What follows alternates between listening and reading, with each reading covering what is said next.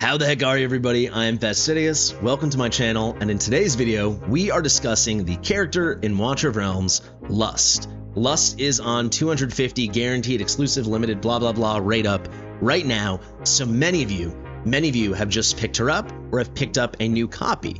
I want to answer the question, how good is she, specifically when discussing her Awakened level 1? How worth it is this A1? Fastidious. Fastidious. First things first, right off the bat, there's something we have to address, and that is the fact that if you use Torador, her A1 is literally useless, assuming you're hitting the same target. So in content like PvE stuff, where perhaps you have your heroes spread out and Torador could be on one part of the map, Lust could be on the other, content like that, it could still be relevant, but anything where Torador and Lust are hitting the same target, it is as if her A1 does not exist. Why is that? What do I mean? Well, Lust is a nice A1 here. Whenever she triggers Sinful Lash, this is something that occurs when her or another Nightmare faction ally trigger their ultimate. She deals 400% damage to a random enemy in range. She has that very interesting diamond range, like Constance or like Dolores, or maybe think of it as the Lust range, but it's that interesting range. Let me show you very quickly now.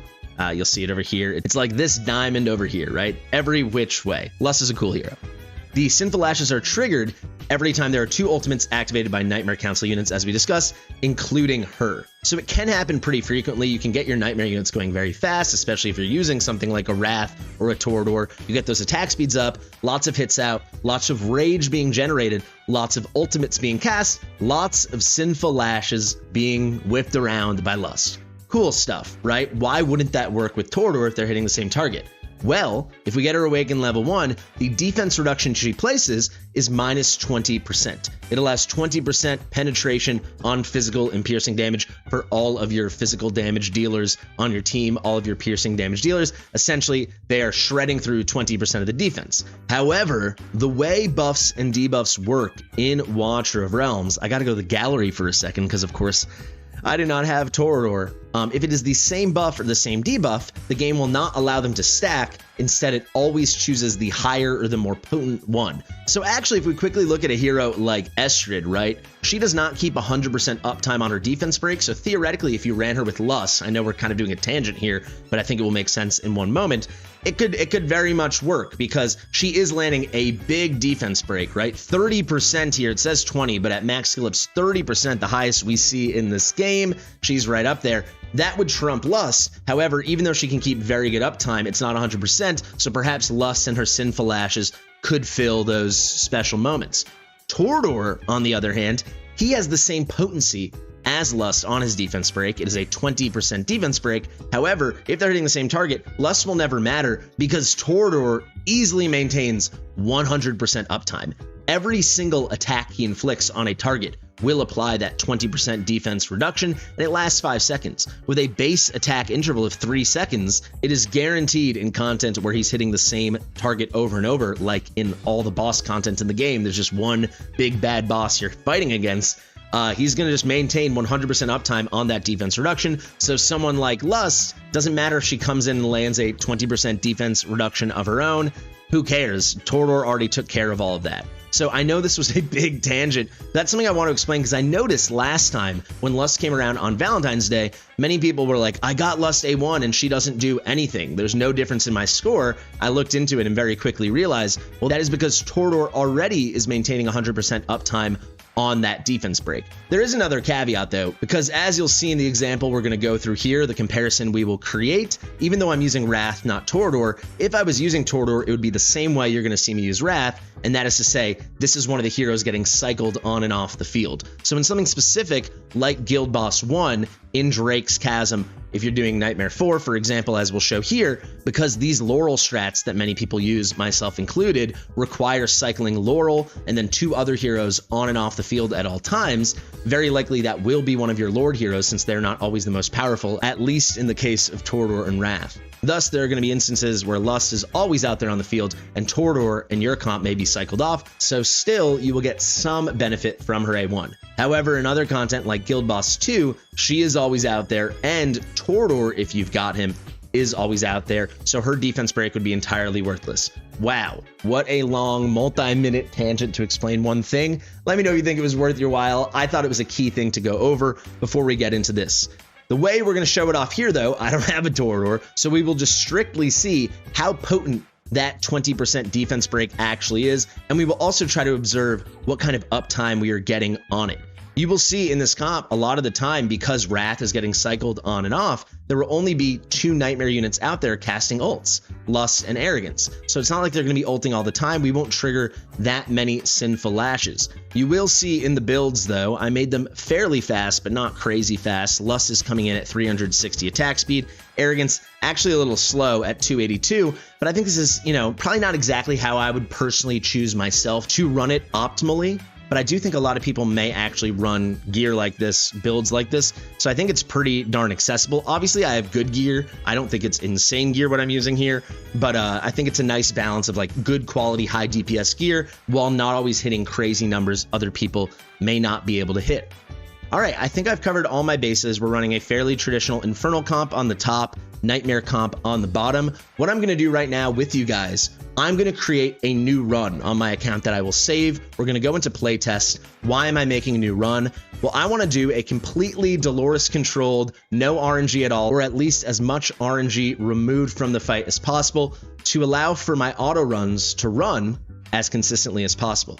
Now, why is that? Because we're going to create those consistent auto runs, and then I'll do one auto with my Lust at A0. You'll see she is still unawakened, and then I will awaken her. I'll go in. I did pull a dupe copy this event again. I went to 250. I got my guaranteed Lust. Then we'll A1 her. We'll rerun the exact same auto, the exact same fight, and just see how much the damage went up. We'll look for the total blood increase, but also I want to see the damage increase on all our physical DPS. So that's going to be Arrogance, that's going to be Wrath, that is going to be Lust, and that's going to be Setram, right? Our magic damage dealers like Zeala 2, Hex, and Twin Fiend, they will not benefit because they're dealing magic damage. To penetrate in the same kind of way, we would need like a 20% magic resistance reduction debuff place. That's not coming into effect. However, Lust is bringing that 20% defense break, minus 20% defense. So our physical damage dealing heroes, these 3 Nightmare fighters, and our piercing damage hero Setram, they will benefit.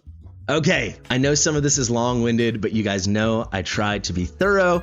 I hope you like it. It is what it is, baby. Let me show you everyone's builds very quickly, the gear and the artifacts. Then let's set that playtest. Then let's do our auto run with Lust at Awakened level 0, unawakened, and then another auto run with Lust Awakened level 1. All right, so let's start at the top with Setram and march down the line. You'll see he is an Ageless Wrath. He's at 79.5% crit rate. That's because we're going to get 22% from his passive, so we'll get crit capped by the end of that crazy ult. He's got Calamity here with a pretty terrible variant, but it is what it is. I wanted a little crit damage. Here are the total stats if you want to see them. I'll scroll slowly. There you have it. I'm lucky to have his exclusive at promo 3. This is a good choice, specifically when using Setram in the way you'll see in this fight, because he is one of the 3 heroes I'm cycling on and off the field. It's going to be Laurel, it's going to be Setram, and it's going to be Wrath. Next up, we have our top DPS. It's going to be very nice. Zeala 2, nice build here. Infernal Roar, quite fast, but not crazy. Good gear, very high crit damage, solid attack. For the artifact, a maxed out Wailing Skull. Now we've got Hex. I've got Hex's exclusive artifact, promo 2. Read it and weep, baby. I got the 1 free mythic essence, and I've actually pulled it twice. I know, I'm not trying to make you jealous, but I'm trying to make you jealous. A nice Soulbound Arcana set. You'll see half a percentage under crit capped, a lot of crit damage, quite good attack. This is actually the build I also use for Semra, so it's fairly high attack. Pretty good stuff. Again, nothing's perfect and optimal here, but it's pretty solid. It's better than pretty solid.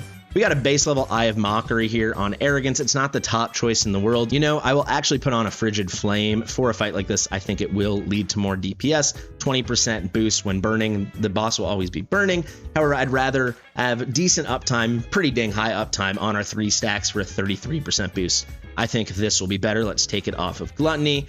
There's going to be our Arrogance. Twin Fiend, I've got his exclusive promo 1. Oh, I didn't show Arrogance's gear. You know, crit capped, pretty fast, not that fast, not even that fast to be honest. Very high attack. This is also Semra build, good crit damage, solid stuff. All these guys, by the way, are max skilled, makes for something nice and clean. Twin Fiend, I don't have any extra rage regen, but I have him very, very high attack speed. As I showed you, he's in his exclusive artifact. It helps, but I mean, Tier Twilight's at least just as good, if not better, but let's just keep it there.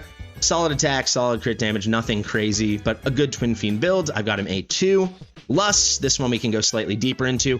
I think most people, for most content, when you get Lust, if you just pulled her, will build her in the following way. On this right side here, just for simplicity, you should run an attack speed amulet. I know it may seem suboptimal, but unless you're deeper into the game, you won't be able to get the levels of attack speed you want, which in my opinion are at least 350 attack speed, since so much of her succeeding and her kit is predicated around putting out a lot of basic attacks. Eventually you can get to this point where you don't have to run the attack speed amulet, but for simplicity, I think a lot of you probably will do that. And then typically you'll want to run one of the ring or bangle as crit damage or attack bonus, and then the other one will be the other bonus. So if you have this one as crit damage, this one will be attack bonus, or if this one is crit damage, this one will be attack bonus. You understand? And then this one in the middle will be attack speed. I can get away with this current build not doing attack speed. Maybe a lot of you can as well, but if you're in a bind and you can't hit those attack speed numbers, just throw an attack speed amulet on.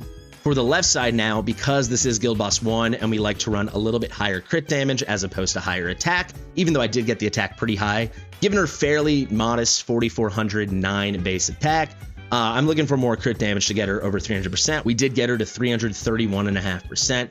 We look here, crit rate, attack bonus, a little bit more attack speed, not a great roll, but we'll live with it. And then here we got the perfect substats, right? Flat attack, attack bonus, crit rate, crit damage, not the best rolls in the world, but it works. For Artifact, I thought since all of you are going to have a copy of this, let's run her in her exclusive. I have pulled one copy of it, so it's promo 1. Soon I'll get this promo 2 from this rerun of the event, but there's a nice picture. Those are our legendary heroes. Very quickly now, our epics. I've got a DPS Invig set on Wrath. He doesn't matter too much, so let's get a little bit of DPS on him, because I do want to see how his damage changes, if it does change much at all, but also I need him Invig because I want to keep all my good DPS buffed.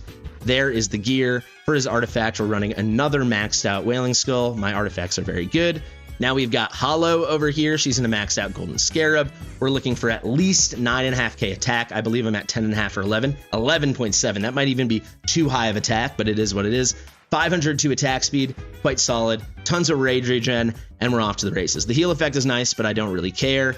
For Dolores over here, high attack bonus stats. It's the same thing as always that I do with Dolores. Bang, bang, boom. We look over here. We got a total of 14.2. That is carried so high because she is in a maxed out Golden Scarab. And then finally, and then we can get into battle, maxed out Nightmare Samsara on Laurel. Nothing really matters. Just make sure she has at least 20k HP.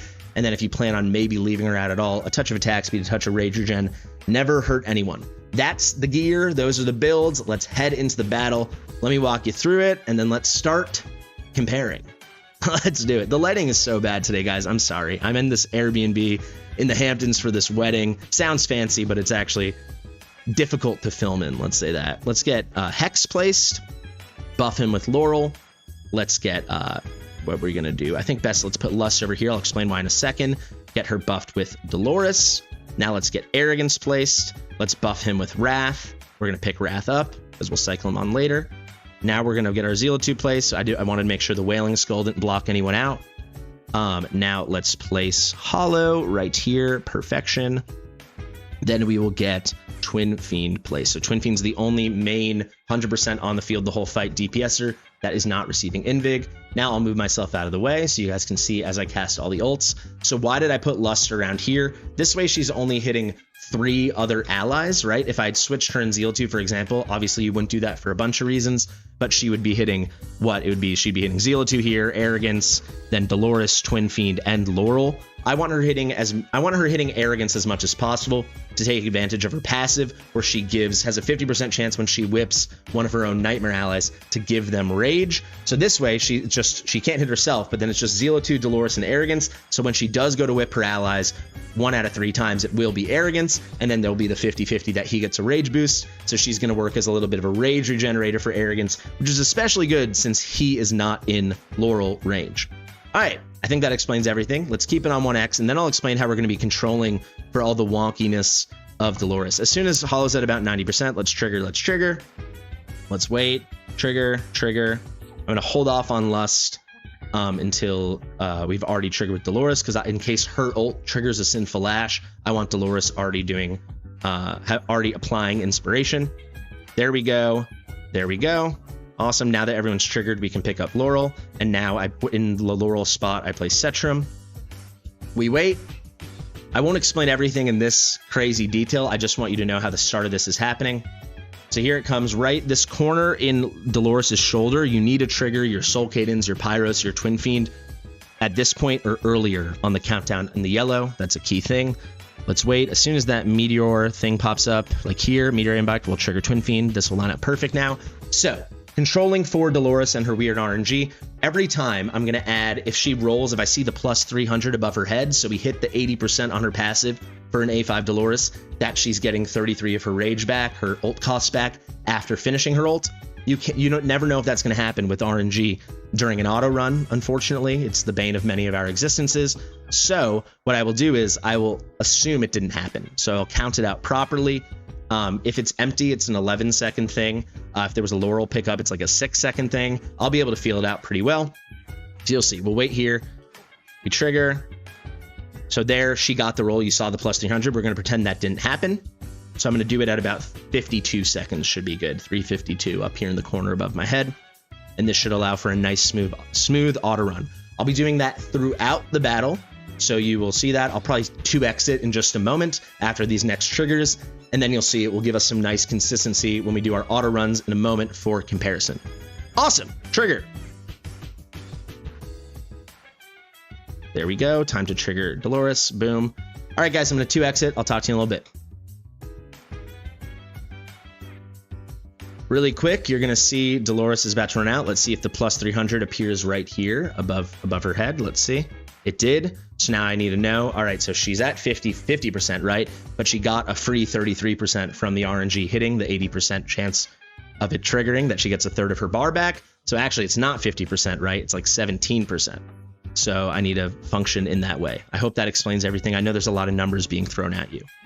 Numbers are very big. My team's pretty good. We'll get a very easy 50K with Lust at A0 and A1. That is not the point of this video. However, you can look at this as, wow, Lust is really good. And she really makes a Nightmare comp viable, even if it's just her and Arrogance, or, you know, even if you didn't have Arrogance, even if it was just like her and Salazar or something. If you do it right, she really can be something special. I'll say without Arrogance, to have her at her best, you want 4 units and you probably want 3 permanently deployed. That's a story for another day. Let's go. One final thing, sorry. So you can see we got a free 33%. So now even though Dolores it'd be a waste to pick up Laurel, since Dolores is at 81%, we're only gaining 19. In case the roll was bad, instead of gaining 19, we're actually gaining 19 plus that 33 we got, assuming we hadn't got it. So we're actually talking 52. So I will pick up here. Well, first I'll trigger Twin Fiend. Now I will pick up, so it's, even though it looks like a wasted Dolores. Okay, I'll see you at the end of the fight.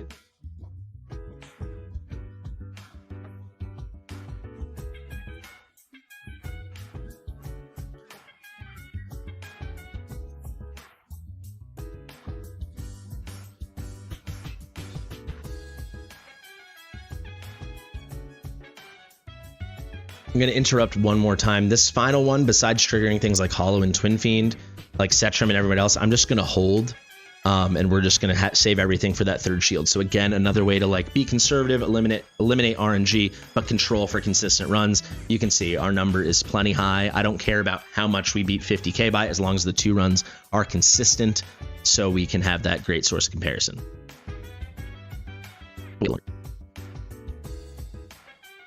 Zila 2 didn't line up, but hey, she won't line up next time either, I guess.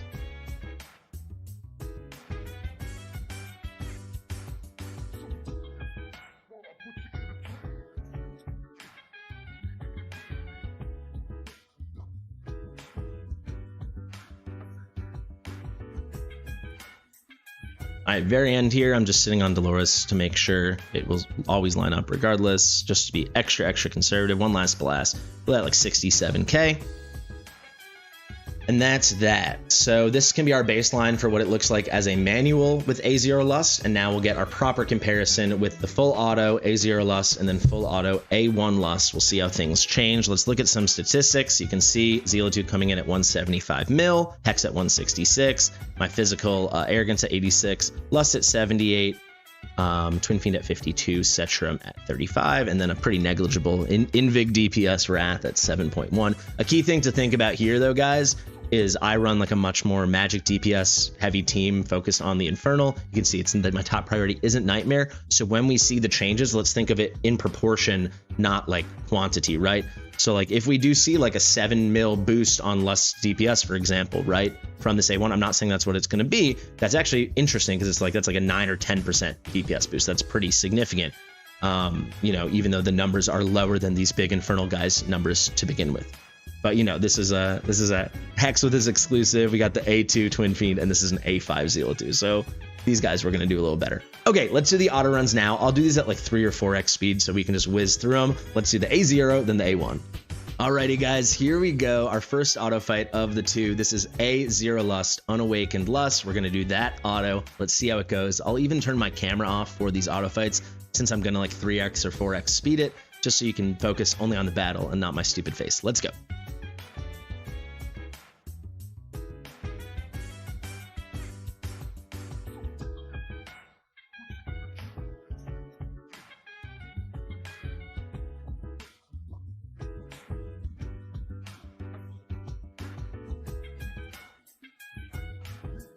All right, I am going to cancel out this run at 1 second, just so we can. Oh, frick, did I mess that up? 2 seconds. 1 second, there we go. So 62.4, let's quit out of the battle. I will say one thing to note. It looked like when the way they auto-registered that time, Dolores didn't get her first initial ult off. However, that's not going to be an issue as long as she does the same thing again on the A1 example. So let's see.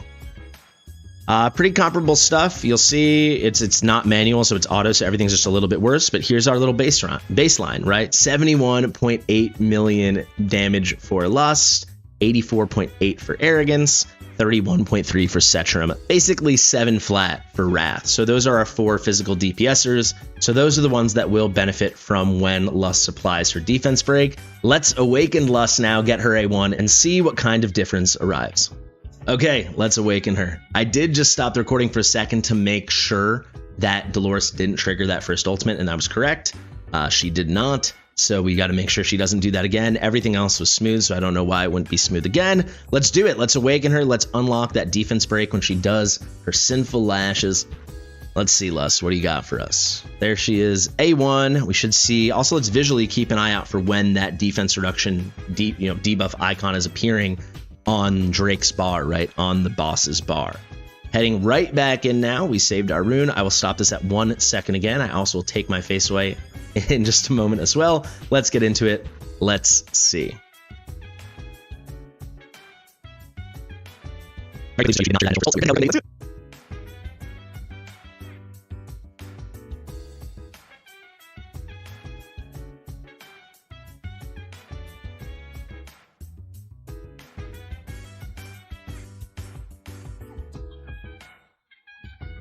All right, I'm back. Let's stop this at 1 second. There we go. Almost the exact same blood. Did I know this was going to happen? Kind of. For this specific comp, which I think is like what a lot of people are going to run, if you're not running like a bunch of Nightmare units, she's not sinful lashing that much. It's not such crazy uptime on that defense break. Also, if you're not running a team super heavy in physical DPS, so like if you had a Yovar and Silas team instead of my Infernal team, right? So more physical DPSers, you'd probably see a bigger, more significant boost. But, you know, I kept an eye on Dolores as well. Everything went according to plan. I was pointing out with the cursor. I don't know if you guys saw it. Maybe in editing I can make it a little clearer. But it probably popped up like 8 or 9 times. But when it pops up, it's for 5 seconds, right? So I feel like, you know, rough gut feeling, it was like up 1/6 of the time. I felt like it got triggered like every 30 seconds and would last for 5 seconds, or every 25 seconds. So between like 1/6 to 1/8 of the time we were keeping it up with this specific comp. You see, Lust damage actually went down because it's just the RNG got to her there, I guess. Arrogance, I think, is about exactly the same, right? He was in the mid 80s. We'll have that comparison up now. Cetrum went down 1 mil. It looks like Wrath went up like 5%, right? He was at like 7 flat. Now he's at like, yeah, I don't know. It's 7 and 350K. I mean, you get it, right? So there's tons of content where it could help. You know, I'm thinking like this will probably help me beat Epilogue, the stage 6 now, right? Like maybe that will allow me to, or at least it should help getting that up. I won't need to bring Ares perhaps if I can get a lot of ults out, but maybe I still have to bring Ares, and I was bringing Ares for the defense break, right? Someone with Torador for content like this, this means nothing. Already, I think the one final thing I would say is something like Guild Boss 1, where you don't need to reduce the defense so much because it's not like his defense is so high. You could see it helping more, you know, maybe if you were using her in like an unconventional Gear Grade 1 comp or something. But the main thing I see this helping people specifically is in Guild Boss 2, which, yeah, maybe I should have tested there. I can do a Lust Guild Boss 2 guide if you want. But one thing I did kind of want to show is that like it is fairly underwhelming, and like the really thrilling stuff of Lust and with her awakenings they're all stepping stones to A5, where she like breaks in half. The A3, you know, A2 is good, we got 300 attack. The A3 is cool after you get your 3rd stack of ecstasy. This is like each time you can get up to 3, you're getting 40 additional attack speed. It is permanent, so you've got 3 stacks now. It's a permanent 120 additional attack speed. You then on top of that get 1/5 from the total attack speed you built on her. That's added again on top. It's a lot of attack speed, but it's just, again, that's not the biggest needle mover. What is this, right? When she ults, her basic attacks become, instead of being double hitters, they're quadruple hitters, so it's twice as good. However, during her ultimate, it now becomes sextuple hitters, so it's 3 times as good. This is so powerful. So really, in my opinion, for a lot of content, and if you have Torador especially, her A1 is not that much more than a stepping stone to A5. I think people that already pulled for A1 don't have to be upset about it, because it is like an important stepping stone to A5, and we do have these unpolished legendary soul stones hopefully coming soon. Those should help you step up even faster to that A5, but don't think this A1 is like this total needle mover. Again, I'm acknowledging that this is like, you know, not a comp designed to get a million sinful lashes with a ton of physical DPS to benefit from that defense break, but I do think this is like a fairly standard comp for a lot of content people might use her in. So this is the conclusion. I know it's a long video perhaps for some of you, a disappointing conclusion. I'd be lying if I said I didn't expect it. Don't think it doesn't help for Guild Boss 2. But again, that being said, if you're running an Estrid on Guild Boss 2, which I know some people, especially like mid and like early part of late game, will, and then if you're like me for my Nightmare team, I run an Ares will just be better, right? Here's another example, just like Torador, where you're getting the same thing and it has 100% uptime, right? So Ares, every single basic he does and everything he does is a basic. He's always attacking. That's a 20% defense break, so it's 100% uptime. Whereas Lust, it's like here, there, everywhere. It's got that randomness to it with the sinful lashes, very dependent on having that full Nightmare squad. A lot of people, if you don't have an Ares, you don't have a Torador, you're not running someone like an Estrid, you're not doing defense break, which is something I would suggest you should do. This would be a way to get defense break. So the A1 will be cool there, but it's not gonna you're not gonna be melting Aegis mode all of a sudden, the second hard mode. It's not gonna feel like you're running some Arbiter team, or even like you're running a crazy Torador or Ares thing where it's always up there. There you go, guys. That is Lust A0 versus A1. I know it was a long video, but I hope you liked it. Let me know what you think in the comments. I've been Fastidious. I got to run to my cousin's wedding. Hopefully it's a lot of fun. Hopefully I do not have a hangover tomorrow. If you like my stuff, share it with your mother, and I'll see you real soon. Bye.